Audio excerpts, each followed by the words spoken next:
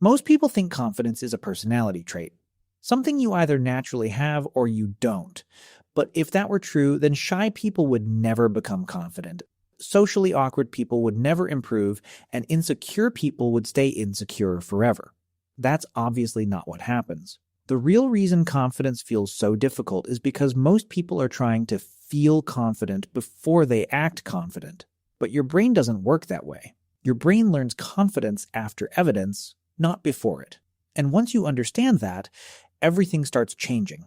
In this video, we're going to break down how confidence is actually programmed into the brain, why overthinking destroys it, why your habits matter more than your mindset, and the hidden behaviors that quietly train your brain to feel weak, hesitant, and uncertain without you even noticing.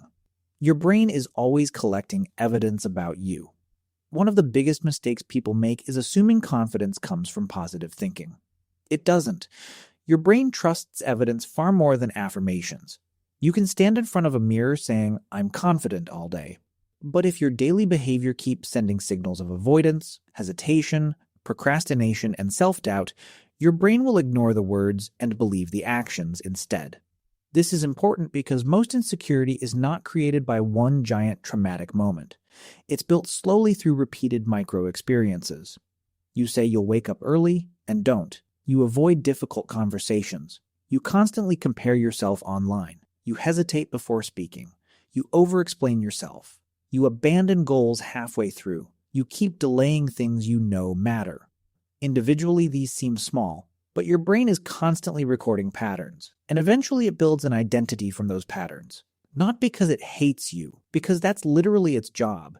Your brain is always asking, "What kind of person are we?" And then it answers using your repeated behavior. That means confidence is less about emotion and more about self-trust.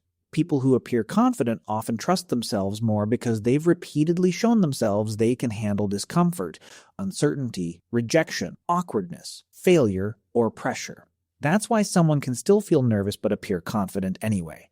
Confidence is not the absence of anxiety. It's the reduction of self-doubt through repeated proof. And this leads to one of the most overlooked truths about confidence. Avoidance is quietly programming fear into your brain.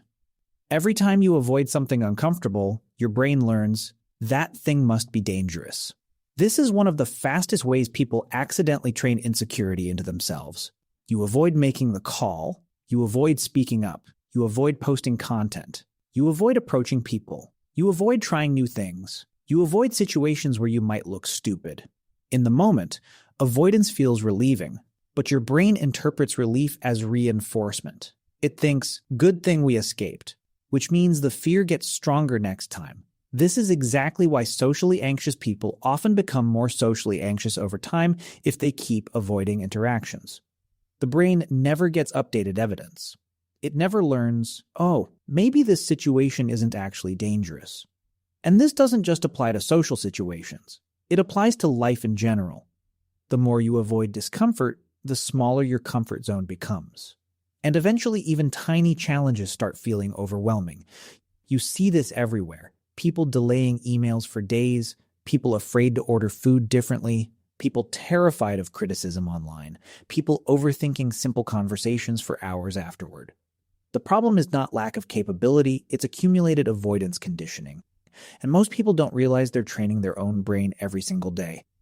The solution is surprisingly simple, but uncomfortable. Your brain gains confidence through exposure, not theory, not motivation. Exposure, small repeated proof. That's it. Which brings us to one of the most powerful shifts you can make. Confidence grows faster when you stop focusing on yourself. A huge amount of insecurity comes from excessive self-monitoring.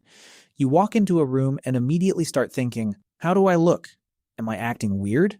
Do I sound awkward? What are they thinking about me?" The moment your attention turns inward like that, your brain starts scanning for mistakes. And when the brain scans for mistakes, it finds them. Suddenly your voice feels weird. Your posture feels awkward. Your hands feel unnatural. You become hyper-aware of yourself. This is why some people become socially awkward only after becoming self-conscious. Children are a great example of this. Most young kids aren't naturally confident because they mastered psychology. They're confident because they're not constantly analyzing themselves. They're immersed in the moment. But as people grow older, they become increasingly self-observant, especially in the age of social media. People now see themselves almost like third-person characters being evaluated constantly, and that destroys natural confidence. One of the fastest ways to interrupt this is by redirecting attention outward. Instead of, how am I coming across? Focus on, what's actually happening around me? What is this person saying? What can I contribute? What am I curious about? Confident people are often less trapped inside their own head, not because they're superior, because their attention isn't consumed by self-evaluation every second. And this becomes even more important once you understand another hidden confidence killer. Your environment is programming your confidence levels. Most people think confidence is entirely internal, but your environment shapes your behavior far more than you realize. If your room is chaotic, your sleep is inconsistent. Your phone consumes 6 hours a day. Your social circle constantly complains. Your dopamine system is overstimulated. Your attention span is destroyed. Your brain starts operating in survival mode instead of growth mode. And survival mode rarely feels confident. A lot of people think they lack confidence when they actually lack nervous system stability.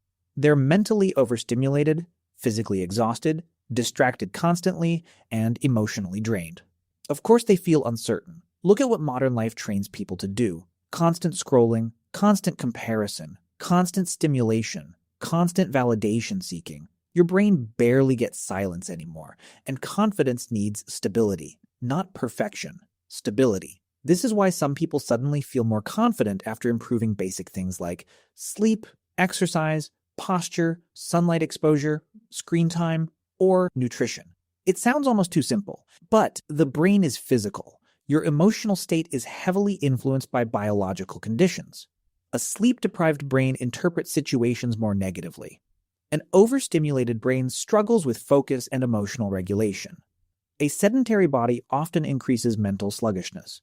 People underestimate how much physical state affects psychological confidence, which leads into another uncomfortable truth. Most people are waiting to feel ready. This destroys confidence more than almost anything else. People wait to feel confident before acting, but confidence usually appears after action, not before it. Nobody feels ready before difficult things. Not before public speaking, not before starting a business, not before posting online, not before difficult conversations, not before changing careers. The brain naturally predicts uncertainty as risk, so if you keep waiting for certainty, you end up frozen. And the longer you delay action, the more intimidating the task becomes in your mind. This is why overthinking is deeply connected to low confidence. Overthinking creates imaginary experience. Your brain starts simulating failure repeatedly without real-world feedback. And simulated failure still affects your nervous system. You can literally exhaust yourself mentally over scenarios that never happen. Meanwhile, action gives clarity. Reality is usually less terrifying than prolonged anticipation. That awkward conversation, usually shorter than expected. That presentation, often better than your imagination predicted. That thing you've delayed for months, sometimes solved in 20 minutes once you finally start.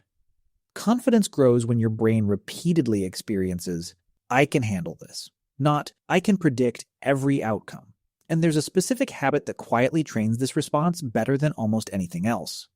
Keeping promises to yourself rewires self-trust. Every time you break promises to yourself, your brain notices. This sounds harsh, but it matters. If you constantly say, I'll start tomorrow, I'll work out later, I'll stop procrastinating, I'll wake up early, I'll be more disciplined, and then repeatedly fail to follow through, your brain starts lowering belief in your own words. You become psychologically unreliable to yourself. And people rarely talk about this connection between discipline and confidence. Discipline is not just productivity. It's identity reinforcement. When you repeatedly follow through on difficult things, your brain starts building evidence. We do what we say. That creates self-respect. And self-respect often feels like confidence externally. This is why confident people are not always loud, charismatic, or extroverted. Some are quiet, but they trust themselves. That trust changes body language, decision-making, communication, and emotional stability. And importantly, this doesn't require massive life transformation. Tiny, consistent wins matter more than dramatic motivation, because consistency changes identity. Your brain responds strongly to repetition, not intensity, which is why extreme self-improvement plans often fail. People try to change everything overnight, they burn out, then feel worse afterward. Small, repeated proof is more powerful. 10 minutes daily, one uncomfortable action daily, one promise kept daily.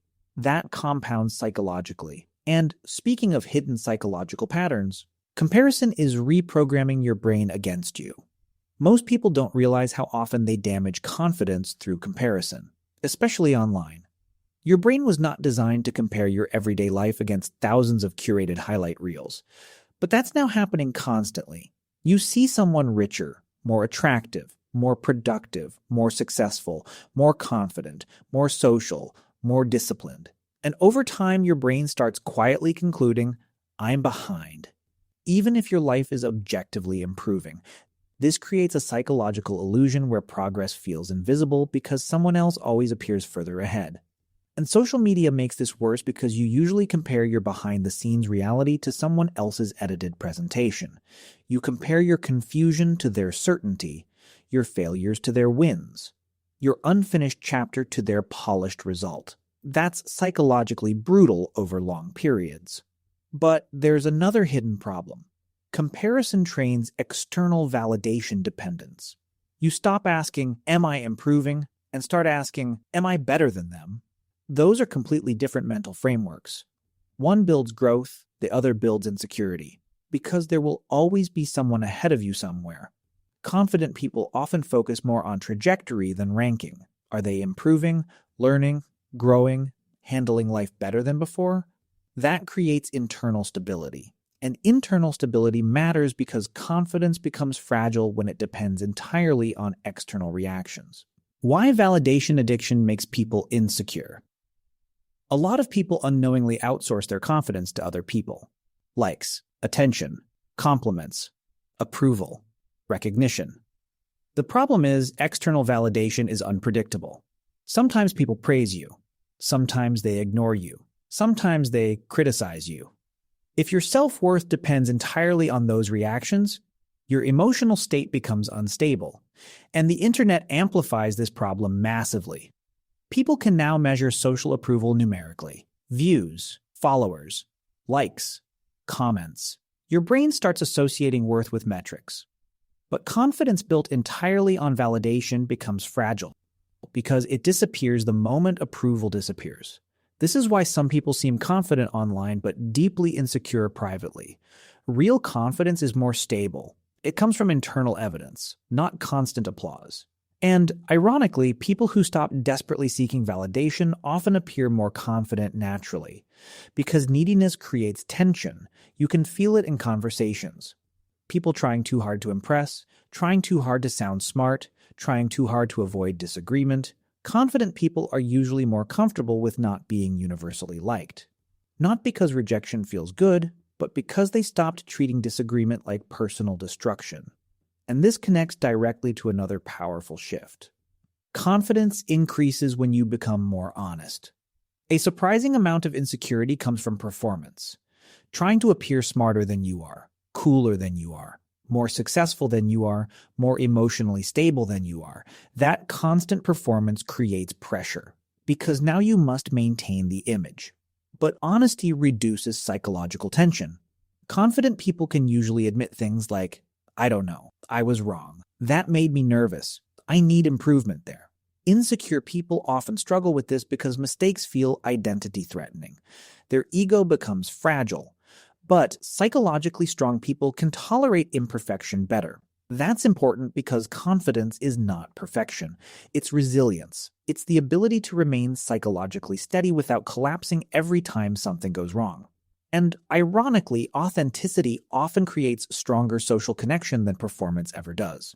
People trust honesty more, not oversharing everything, not emotional dumping, just genuine behavior. Which brings us to one of the biggest misconceptions about confidence. Confident people still feel fear. This is critical to understand. Many people assume confident individuals are fearless. They're not. They simply interpret fear differently. Insecure people often interpret nervousness as, "This means I can't do it." Confident people often interpret nervousness as, "This matters." Same sensation, different interpretation. Your heart races before speaking publicly? Normal. You feel nervous before an important opportunity? Normal. You feel uncertain entering a new environment? Completely normal. The goal is not eliminating fear completely. The goal is reducing paralysis, because courage is behavioral, not emotional. And once people realize this, they stop waiting for emotional perfection before living their lives. That realization alone changes behavior dramatically. But there's still one final piece most people overlook. Your identity changes through repeated action. Your brain updates identity through evidence accumulation, not wishes. If you repeatedly act like someone who avoids life, your brain adapts around avoidance. If you repeatedly act like someone who handles discomfort, your brain adapts around resilience. This is why tiny actions matter more than people think. Every difficult conversation, handled. Every workout, completed. Every fear, faced. Every promise, kept. Every awkward moment, survived. Every risk, taken. Those experiences become psychological data. And over time, your brain starts forming a different conclusion about who you are. Not instantly, gradually. This is why confidence is trainable. Not because you magically become fearless, but because your brain slowly learns, we survive difficult things. And that changes everything. Your posture changes, your decisions change, your tolerance for discomfort changes, your communication changes, your standards change. Most importantly, your relationship with yourself changes. You stop seeing yourself as fragile. And once that happens, confidence stops feeling fake. It starts feeling earned. If there's one thing to take away from this video, it's this. Your brain is always learning from your behavior. Every action is teaching it something. Every avoidance teaches fear. Every small act of courage teaches resilience. Every promise kept teaches self-trust. Every difficult thing survived teaches capability. Confidence is not something you suddenly unlock one morning. It's something your brain slowly builds through repeated evidence. And honestly, that's good news, because it means confidence is not reserved for naturally charismatic people, extroverts, or people born with perfect social skills.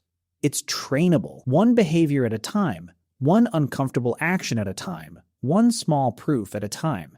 If you made it this far, you probably care about improving yourself in a real way. So if this video genuinely gave you something useful, consider liking the video and subscribing to the channel, Simple Ways of Life. It really helps the channel grow and lets me know you want more videos like this. And if you want to understand another hidden way your mind shapes your daily life, watch the next video, How You Train Your Brain to Be Happy. Because a lot of people are unknowingly training their brain for stress, negativity, distraction, and emotional exhaustion without realizing it. That video breaks down the habits, environments, and mental patterns that slowly shape your emotional state every day, and how to start rewiring them in a healthier direction.